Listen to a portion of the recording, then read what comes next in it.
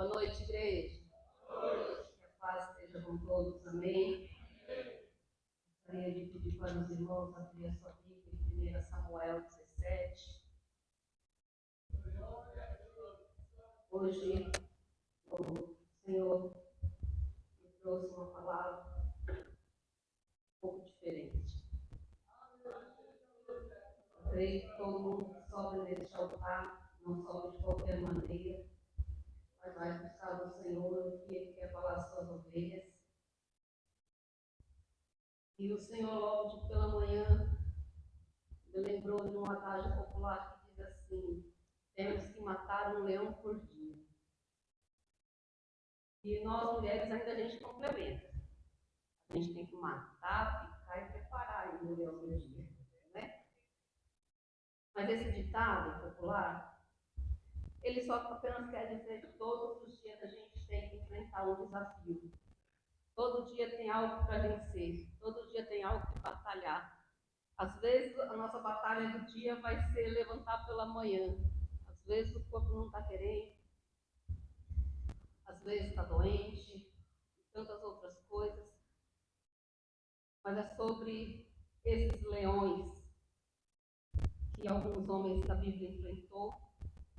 O Senhor quer falar conosco nesta noite.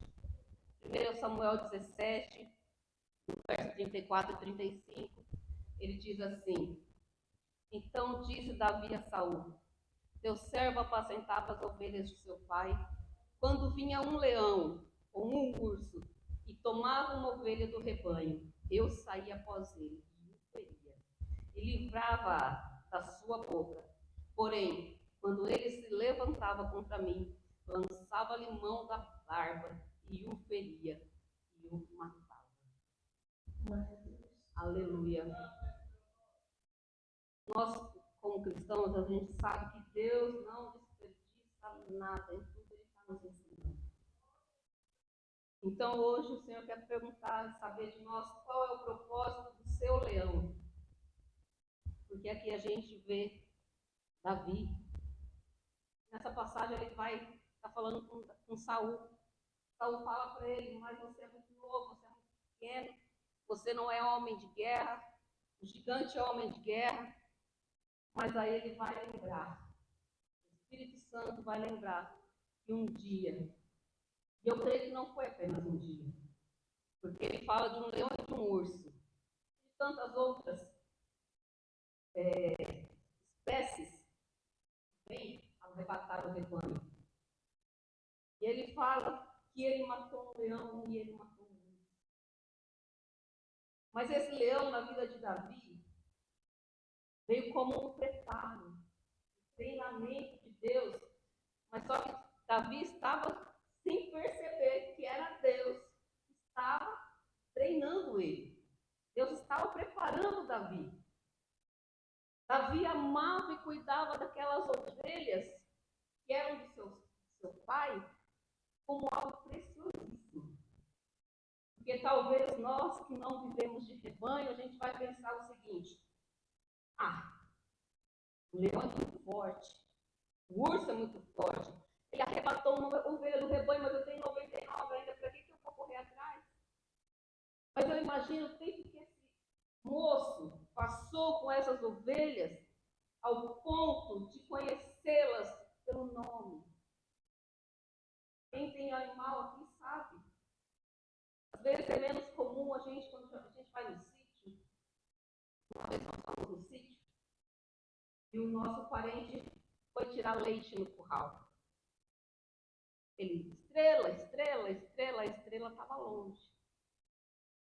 A vaca de longe ouviu e veio, porque ela sabia quem estava chamando. Então eu creio que Davi tinha uma profunda intimidade com aquelas ovelhas, e ele não aceitava perder nenhuma ovelha. Todo aquele zelo não permitia que ele deixasse ninguém. Então ele fala que a única maneira de salvá-las era enfrentar. Para enfrentar o leão e o urso, às vezes a gente vai ter que fazer sacrifício. Porque a gente não vê aqui na Bíblia ele falando que ele saiu ferido, que ele saiu com uma marca aqui, um corte ali, uma ferida. A gente não vê ele falando isso. Ele foca na ovelha. Ele vai e recolhe a ovelha. Ele talvez ferido, ele vai tratar da ovelha. Depois tratar de si. Né? Naquele momento, aos olhos de Davi, ele estava apenas lutando para salvar as suas ovelhas. E também a sua vida. Mas a vida dele não era mais preciosa do que a vida da ovelha. Ele se dispunha a pôr a sua vida em risco pela ovelha. Mas o que Deus estava fazendo era muito maior. Que a gente nem podia sonhar. Hoje a gente tem a Bíblia para ver isso. Deus estava preparando Davi para as próximas lutas. Porque esse texto que a gente vê, que o Espírito Santo, que Deus vai lembrá-lo do leão e do urso que ele enfrentou, ele está diante de Golias. E Deus, no secreto, estava preparando Davi para o gigante. Aí você vai falar assim, ai, mano, não sei não. Eu estou com uma luta aqui, uma luta ali, eu vou vencendo. Você está dizendo para mim que vai vir luta maior? Talvez venha. A gente vai ver que alguns homens da Bíblia matou alguns gigantes. Davi matou cinco irmãos de Golias. Ele e seu exército. Mas não foram todos que mataram os gigantes. Mas se o gigante aparecer, vai estar preparado. E na onde todos, o exército de Israel, que estava sendo sultado 40 dias e 40 noites, via dificuldade, viu o tamanho do gigante, ele viu a porta. O gigante era a porta que colocaria Davi no palácio. Aleluia. Quando Davi decide enfrentar o gigante, ele novamente não olha para si, ele olha para o tamanho. E às vezes a gente está diante de uma luta, um leão diário, a gente pensa que o leão é muito grande, porque a gente está olhando para o lugar errado. Nós somos pequenos, mas o nosso Deus é grande. Aleluia. Também vemos Daniel. Aqui, em Davi, Deus usou o leão como um propósito de treiná-lo, de prepará-lo. Como eu disse há pouco, Deus não dispensa nada. Nada. E às vezes a gente pensa que está passando uma luta, uma prova, e que não está aprendendo nada com isso, não está se valendo de nada. Deus tem propósito em todas as coisas. Daniel, como todos sabem, também enfrentou a cova dos leões. Em outro tempo, em outro contexto, para outro tipo de propósito. Armaram para pegar Daniel, como essa igreja conhece muito de Bíblia, armaram para pegar Daniel na lei da Babilônia e não acharam motivos nele que prendessem. Por inveja armaram para ele. Como não acharam brechas na lei da Babilônia, armaram uma brecha na lei de Deus. E fizeram o rei decretar um decreto, fazer um decreto que não se podia fazer orações durante um período, e as orações e a fidelidade de Daniel levaram ele para a cova do leão. E às vezes é o que muitas vezes a gente se pega pensando, Senhor, mas eu estou na tua casa, Senhor, mas estou fazendo a tua vontade, Senhor, estou fazendo tudo certinho. Por que essa cova de leão? Mas tem um propósito. Contudo, Deus fecha a boca dos leões famintos. Porque os leões veio sobre a vida de Daniel, também obedeciam o plano divino. Para Daniel, Deus se mostrou fiel. Ele era fiel com Deus, Deus se mostrou fiel. Mas para a Babilônia toda, ele mostrou a sua grandeza. O único Deus capaz de fechar a boca dos leões para guardar um servo. E essa história se espalhou por todos os reinos e a gente fala dessa história até hoje. Eu creio que alcançou muitas vidas. Aqui, na história de Daniel, Deus estava usando os leões como forma de provação, como forma de engrandecer o nome de Deus na Babilônia. Porque Daniel estava na Babilônia, ele era cativo na Babilônia. Por que será que o Deus de Israel, que era tão grande, tão poderoso, não proibiu de levarem cativos o povo de Judá? Então, talvez o Deus de Israel fosse escarnecido na Babilônia. Talvez falasse que ele não teria poder. Também vemos Sadraque, Mesaque e Abednego, também na fornalha de fogo, também para engrandecer o nome do Senhor. E Deus usa para Daniel como forma de provação.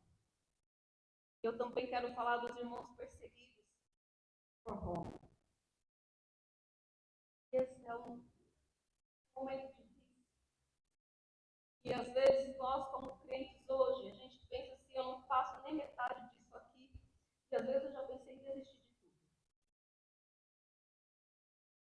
Depois da morte de Jesus, o imperador Nero começou uma grande perseguição naquela igreja recém-formada em Jerusalém. E por causa da perseguição, os cristãos vão fugindo, vão embora, vão sendo dispersos. E também tinha um propósito na perseguição. Porque onde esses cristãos iam sendo dispersos, eles levavam a palavra. E a palavra foi se expandindo, a palavra foi levada. Mas, infelizmente, muitos eram presos, torturados, usados como tocha humana para iluminar as cidades de Roma à noite. Cristãos eram amarrados, incendiados vivos. E outros serviam de espetáculo nas arenas dos leões. Esses foram mortos pelos leões. Nesse caso, Roma teve esse seu plano maligno e perverso na morte de muitos cristãos. Mas o que Nero e os imperadores não sabiam, eles tinham só o poder de matar o corpo. Enquanto eles morriam na arena, cantando, glorificando a Deus, o céu os recebia de braços abertos como mártires.